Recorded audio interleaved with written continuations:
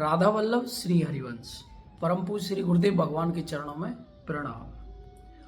तो आज की इस वीडियो में जानेंगे कि जब हम गुरुदेव भगवान की जो दीक्षा के नियम ले लेते हैं, दीक्षा के मार्ग पर चलते हैं, गुरुदेव भगवान की आज्ञा में चलते हैं, तो उस दौरान हमें किन किन चीज़ों की जो जानकारी है वो होनी चाहिए और किन किन चीज़ों का हमें उपयोग करना चाहिए और किन किन चीज़ों का हमें उपयोग नहीं करना चाहिए।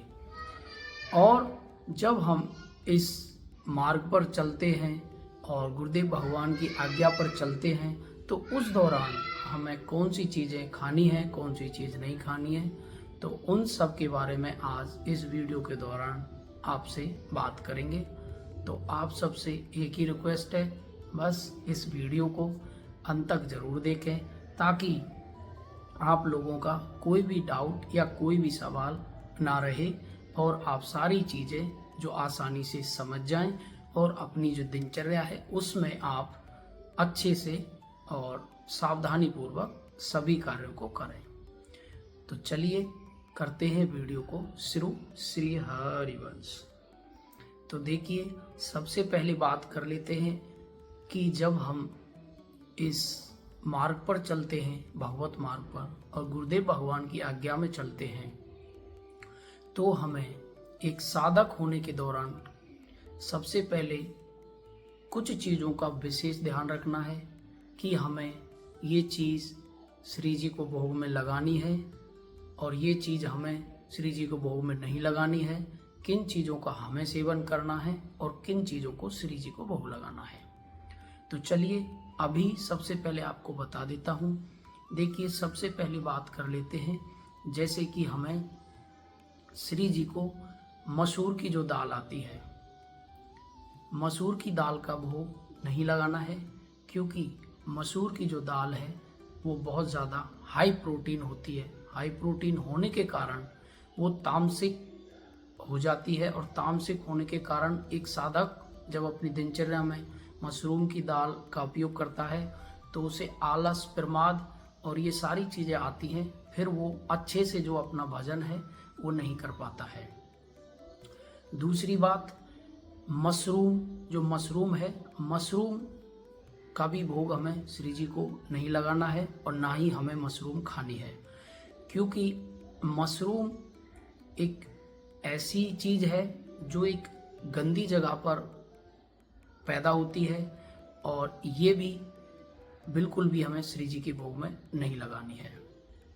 तो अब बात कर लेते हैं बैंगन की। तो बहुत सारे भाइयों के कमेंट आते हैं कि हम बैंगन खाएं, बैंगन का भोग लगाएं या ना लगाएं, तो उस पर बात कर लेते हैं। वैसे अगर शास्त्रों के दौरान बहुत से महापुरुष इन चीज़ों को बताते हैं कि अगर बैंगन जब खाते हैं और बैंगन का जो बीज है वो लगभग 7 दिन तक हमारे पेट के अंदर रहता है, अगर उस दौरान हमारे प्रारब्ध के कारण अगर शरीर छूट जाता है तो हमारी अधोगति हो जाती है, ऐसा शास्त्रों के हिसाब से माना जाता है। लेकिन मैं आप लोगों को बता देता हूँ कि हमारे राधा वल्लभ संप्रदाय में हमारे श्यामा श्याम को, राधा वल्लभ लाल को बैंगन का जो भोग है वो अर्पित किया जाता है। हमारी श्री जी को, हमारी लाडली को बैंगन का जो भरता है वो अति प्रिय है। तो इसलिए, क्योंकि एक साधक का जीवन ऐसा होता है कि जो भी हम श्यामा श्याम को भोग अर्पित करते हैं वही हम पाते हैं, क्योंकि हम श्यामा श्याम की जूटन पाते हैं। यही हमारे गुरुदेव भगवान की जो आज्ञा है वो है। तो बैंगन का भी हम श्री जी को भोग लगा के उसके बाद हम पा सकते हैं। अब बात कर लेते हैं गाजर की। बहुत से भाइयों के सवाल होते हैं कि गाजर का भी भोग हम लगाएं या ना लगाएं। तो अब बात करेंगे गाजर की। देखो, गाजर वैसे एक साधक को नहीं खानी चाहिए, क्योंकि ये भी हाई प्रोटीन होती है, इसमें भी उसके कारण भी हमारा जो तामसिक जो गुण है वो ज़्यादा हो जाता है और भक्ति में प्रवाद और आलस पैदा करता है। लेकिन गाजर का जो भोग है, सब्जी है या हलवा है, वो हमारे श्यामा श्याम को उसका भोग लगाया जाता है। तो हम श्यामा श्याम को भोग लगाकर गाजर का भी जो भोग है वो पा सकते हैं। अब बात कर लेते हैं चुकंदर और साथ ही साथ सलजम की। सलजम या सलगम, कुछ भी कह लो, सलजम कह लो या सलगम कह लो। चुकंदर और सलजम का भी भोग श्यामा श्याम को नहीं लगाया जाता है, तो हम लोग भी चुकंदर का जो सेवन है वो बिल्कुल नहीं करेंगे।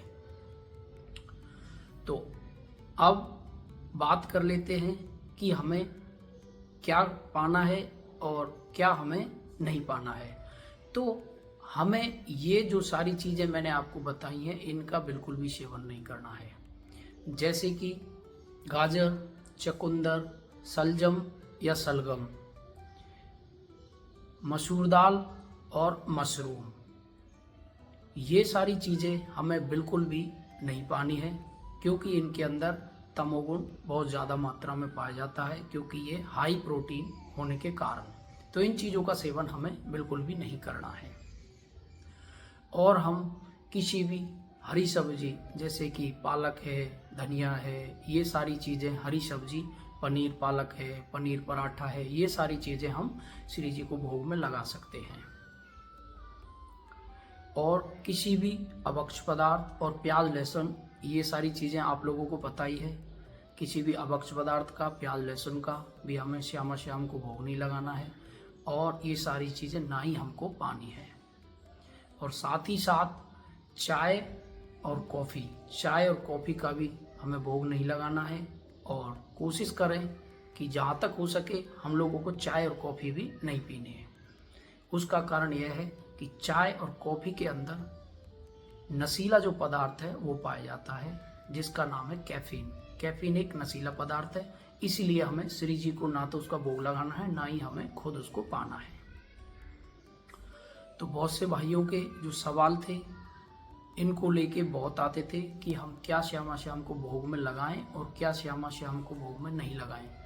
तो वो सारी चीज़ें मैंने आपको इस वीडियो में क्लियर की हैं। और दूसरी बात, हमें कोई भी जैसे बेकरी का सामान है, पैकेट बंद जो सामान होता है बेकरी वाला, उससे भी हमें बच के रहना है। बहुत ज़्यादा टाइम तक हमें बच के रहना है। कोई इमरजेंसी कभी आ रही है तो उसमें हमें कभी थोड़ा बहुत ले लिया, उसमें भी हमें सारी जानकारी कर लेनी है पहले कि ये एगलेस है, इसमें एग तो नहीं मिलाया है या फिर कोई और पदार्थ नहीं मिलाया है। इन सारी चीज़ों की जानकारी करके तभी उसको पाएं, अन्यथा पैकेट वाला जो चीज़ है, बेकरी वाली जो चीज़ है वो हमें नहीं पानी चाहिए। एक साधक अगर आप हो और भगवत मार्ग पर आप चले हो, गुरुदेव भगवान की आज्ञा में आप चले हो, तो ये सारी चीज़ों का सेवन हमें बिल्कुल नहीं करना चाहिए। तो अब इसी को लेकर बहुत सारे भाइयों के क्वेश्चन भी आएंगे, कमेंट आएंगे कि भैया फिर तो हमें रिफाइंड या तेल या कोई भी ऐसी चीज़ नहीं खानी चाहिए। देखो वो चीज़ एक अलग है, और जो बेक वाली जो चीज़ है वो एक बहुत ही अलग चीज़ है। तो दोनों में बहुत ही अंतर है। ऐसे तो अब हम लोग सोच सकते हैं कि जब तक हम दीक्षा नहीं लिए थे या दीक्षा के नियमों पे नहीं चल रहे थे तो सब कुछ सबने खाया है, हमने भी खाया है, आप लोग भी खाते होंगे। तो ये सारी चीज़ें बहुत पहले की हो गई हैं, तो इनके ऊपर हमें ज़्यादा विचार नहीं करना है। अभी हमें सोचना है कि अभी हम एक साधक की जिंदगी जी रहे हैं और भगवत मार्ग पर चले हुए हैं और गुरुदेव भगवान की आज्ञा में चले हुए हैं।